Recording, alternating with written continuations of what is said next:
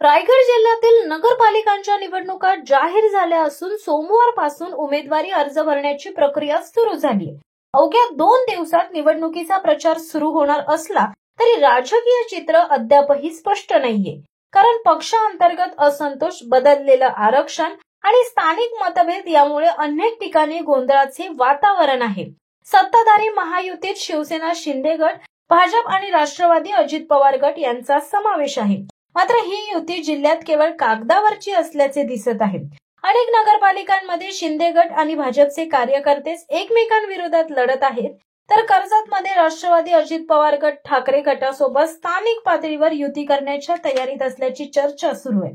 दुसरीकडे महाआघाडीतील काँग्रेस, शेकाप, शिवसेना ठाकरे गट आणि राष्ट्रवादी शरद पवार गट यांच्यातही अजूनही ठोस हालचाल नाही. काही ठिकाणी तर काँग्रेस आणि राष्ट्रवादीचे कार्यकर्ते परस्परांविरोधात उभे राहतील अशी शक्यता वर्तवली जाते. त्यामुळे महाआघाडी एकसंध राहील का, हा प्रश्न आता कायम आहे. निवडणूक आयोगाने जाहीर केलेल्या आरक्षणामुळे अनेक नगरपालिकांमध्ये राजकीय गणिते बदलली आहेत. काही विद्यमान नगरसेवकांना नवीन प्रभागातून लढावे लागणार असल्याने नाराजी वाढली आहे. काही नेते अपक्ष म्हणून लढण्याची तयारी करत आहेत. आरक्षण बदलामुळे नव्या चेहऱ्यांना संधी मिळणार असली तरी जुन्या नेत्यांवरील विश्वास टिकवायचा की नाही याबाबत पक्ष गोंधळात आहे.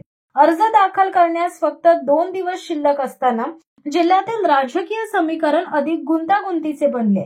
महायुती आणि महाविकास आघाडी दोन्हीकडेही सर्व काही आलबेल नसल्याने या निवडणुकीत नेमक्या लढती कशा होतील याकडे आता संपूर्ण रायगडकरांचे लक्ष लागले.